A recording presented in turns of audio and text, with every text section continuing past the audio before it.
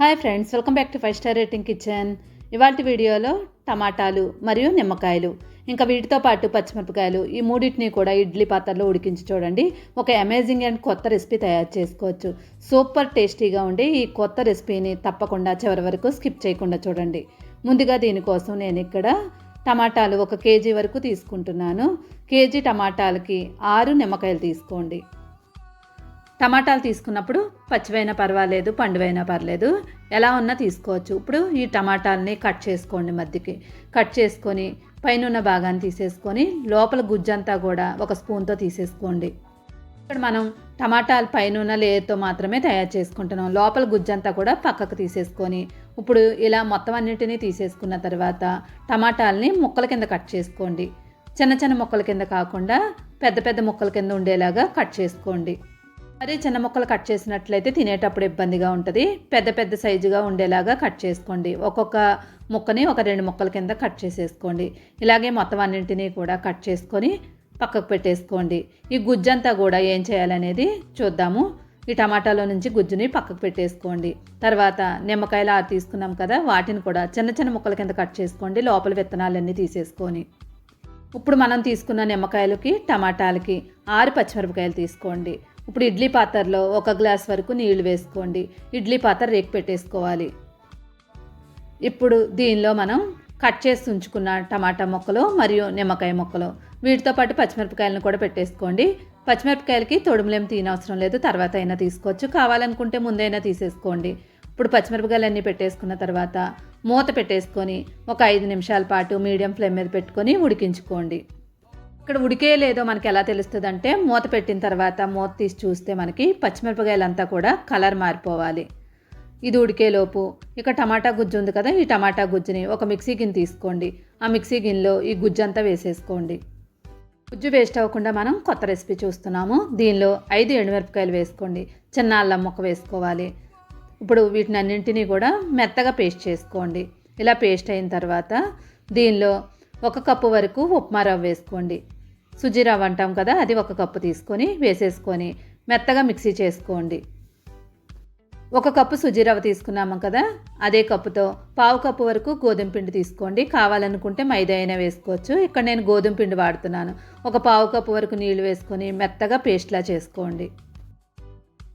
ఇప్పుడు ఒక mixing bowl తీసుకొని దానిలో వేసుకొని ఇప్పుడు ఆ మిక్సీ గిన్నెలో కూడా 1/2 కప్పు వరకు నీళ్లు వేసుకొని వాటిని కూడా వేసేసుకొని ఇప్పుడు మొత్తం అంతటినీ కూడా బాగా కలిపేసుకోండి. కలుపుకున్న తర్వాత మనకి బ్యాటర్ అంతా కూడా దోసపిండి ఎలా ఉంటుందో అలా ఉండేలాగా చూసుకోండి. మరీ గట్టిగా కాకుండా పలచగా కాకుండా ఉండేలాగా చూడండి. ఇప్పుడు దీనిలో రుచికి తగినట్లుగా ఉప్పు వేసుకోవాలి. ఉప్పు అంతా కలిసేలాగా మళ్ళీ కలిపేసుకోండి. కలుపుకొని మూత పెట్టి ఉప్మా రవ్వ వేసుకున్నాం కదా, కొంచెం నాననివ్వండి. ఒక 5 నిమిషాల పాటు మూత పెట్టి అలా పక్కన పెట్టేసుకోండి. అప్పుడు మనకి ఉప్మా రవ్వ అంతా కూడా నీరు పీల్చుకొని చక్కగా టేస్ట్గా ఉంటుంది, క్రిస్పీగా కూడా వస్తాయి. ఇప్పుడు మనం ఇడ్లీ పాత్రలో ఆల్రెడీ మనం ఉడికించుకున్న టమాటాలు, నిమ్మకాయలు, పచ్చిమిరపకాయలు అన్నీ కూడా ఉడికిపోయాయి. ఒకసారి చూడండి, పచ్చిమిరపకాయలు అంతా కలర్ మారిపోయాయి. ఇప్పుడు స్టవ్ ఆఫ్ చేసుకొని వీటిని పూర్తిగా చల్లారనివ్వండి, పక్కకు పెట్టేసుకోండి. స్టవ్ వెలిగించి ఒక గిన్నె పెట్టుకొని 1 కప్పు వరకు బెల్లం తీసుకోండి. సుమారుగా ఒక 50 గ్రాములు ఉండేలా తీసుకోండి. మరీ ఎక్కువ కాకుండా కొంచెం నీళ్ళు యాడ్ చేసుకొని ఈ బెల్లాన్ని అంతా కూడా కరగనివ్వండి.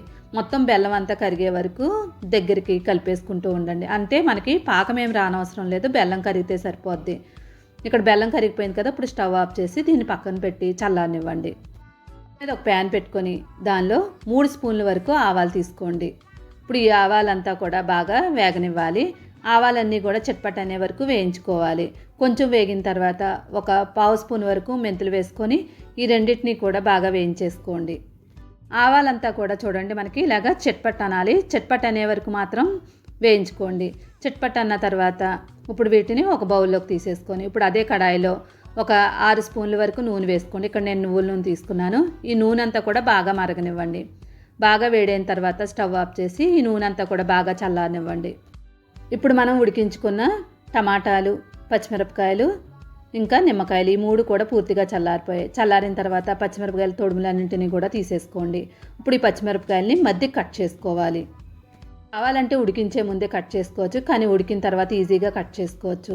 ఇలాగా మనం పచ్చిమిరపకాయలు కట్ చేయడం వల్ల లోపల వరకు మనకి గుజ్జంతా వెళ్తుంది. మొత్తం అన్నీ కట్ చేసుకొని ఒక ప్లేట్లో వేసేసుకోండి. తర్వాత మనకి టమాటాలు నిమ్మకాయలు కూడా పూర్తిగా చల్లారిపోయి వాటిని అన్నింటినీ కూడా వేసేసుకోండి. ఇప్పుడు మనం వేయించి ఉంచుకున్న ఆవాలు మెంతులు ఉన్నాయి కదా, వాటిని మిక్సీ చేసుకోవాలి. ఒక మిక్సీ గిన్నె తీసుకొని దానిలో ఆవాలు మెంతుల్ని మెత్తగా పౌడర్లా చేసుకోవాలి. ఇక్కడ నేను బ్లెండర్తో మిక్సీ చేస్తున్నాను. ఈ బ్లెండర్ వల్ల మనకి కొంచెం తీసుకున్నా కూడా మెత్తగా అయిపోద్ది. చూడండి, బ్లెండ్ చేసిన తర్వాత చూడండి ఎంత మెత్తగా అయిందో. కొంచెమే తీసుకున్నా కానీ మెత్తగా ఉంది. ఇప్పుడు ఈ పౌడర్ అంతటిని దీనిలో వేసేసుకోండి. ఆవాలు కానీ మెంతులు కానీ మరీ ఎక్కువ వేసుకోకూడదు. కరెక్ట్గా 3 స్పూన్లు, అది పావు స్పూన్ మెంతులు అయితే కరెక్ట్గా సరిపోద్ది. తర్వాత దీనిలో 3 స్పూన్ల వరకు కారం తీసుకోండి. ఆల్రెడీ పచ్చిమిరపకాయలు కూడా తీసుకున్నాం, చూసి తీసుకోండి. రుచికి తగినట్లుగా ఉప్పు వేసుకోవాలి. తర్వాత దీనిలో బెల్లం కరిగించి ఉంచుకున్నాం కదా, ఆ నీళ్ళను వేసేసుకోండి. అడుగు వరకు వేసుకోకండి, పై వరకే కొంచెం అడుగు ఉంచేసుకోండి. తర్వాత మరిగించి ఉంచుకున్న నూనె కూడా వేసేసుకోండి. ఇప్పుడు ఈ మొత్తాన్ని కూడా బాగా కలిపేసుకోండి. ఒక పావు స్పూన్ వరకు పసుపు వేసుకోండి, క్లిప్ మిస్ అయింది. మొత్తం బాగా కలిపేసుకొని ఇప్పుడు దీనిలో ఉప్పు కారం సరిపోయిందో లేదో చెక్ చేసుకొని ఇప్పుడు దీన్ని ఒక గాజు బాటిల్లో స్టోర్ చేసుకోవచ్చు. బయట మనకి కనీసం ఒక వారం రోజుల పాటు నిల్వ ఉంటుంది. ఫ్రిడ్జ్లో పెట్టినట్లయితే 4 రోజులు నిల్వ ఉంటుంది. అయితే ఇది మనకి టేస్ట్ ఎలా ఉంటుంది అనేది అనుకున్నట్లయితే ఉగాది పచ్చడి ఎలా చేసుకుంటామో పిల్లలకి అసలు ఇష్టం ఉండదు, కానీ చేసి పెడితే ఇష్టంగా తింటారు కదా. అలాగే ఇది బెల్లం, పులుపు, ఇంకా ఉప్పు, కారం మొత్తం అంతా కూడా కలిసి ఉంటాయి. నిమ్మకాయ తొక్కలతో మనకి కొంచెం చేదుగా వగరగా కూడా ఉంటుంది, కానీ టేస్ట్ మాత్రం చాలా బాగుంటుంది. ఇప్పుడు ఆల్రెడీ నానబెట్టి ఉంచుకున్న పిండి అంతా కూడా ఒకసారి మూత తీసి మొత్తం అంతా బాగా కలిపేసుకోండి. పొయ్యి మీద ఒక ప్యాన్ పెట్టుకోండి, దోశ ప్యాన్ పెట్టుకొని దానిపైన నీళ్లు వేసుకొని టిష్యూతో తుడిచేయండి. అసలు నూనె వేయని అవసరం లేదు, తర్వాత వేసుకోవచ్చు, ముందే వేయని అవసరం లేదు. ఇప్పుడు దోశను వేసేసుకోండి. ఈ పిండితో మనం గుంత పొంగనాలు కూడా వేసుకోవచ్చు స్నాక్స్ కింద. ఇప్పుడు దోశ అంతా వేసేసుకొని 2 నిమిషాల పాటు అంతే వదిలేయండి. మొత్తం అంతా కూడా కలర్ మారే వరకు అలానే వదిలేయండి. ఇప్పుడు కొంచెం నూనె వేసేసుకొని వెనక వైపుకి తిప్పేసుకోండి. కొంచెం పైకి వచ్చిన తర్వాత అప్పుడు తిప్పుకోండి. కొంచెం పైకి లేచింది చూడండి. ఇలా అయిన తర్వాత వెనక వైపు తిప్పేసుకొని 2 నిమిషాలు బాగా కాలనిచ్చి ప్లేట్లోకి తీసేసుకోండి.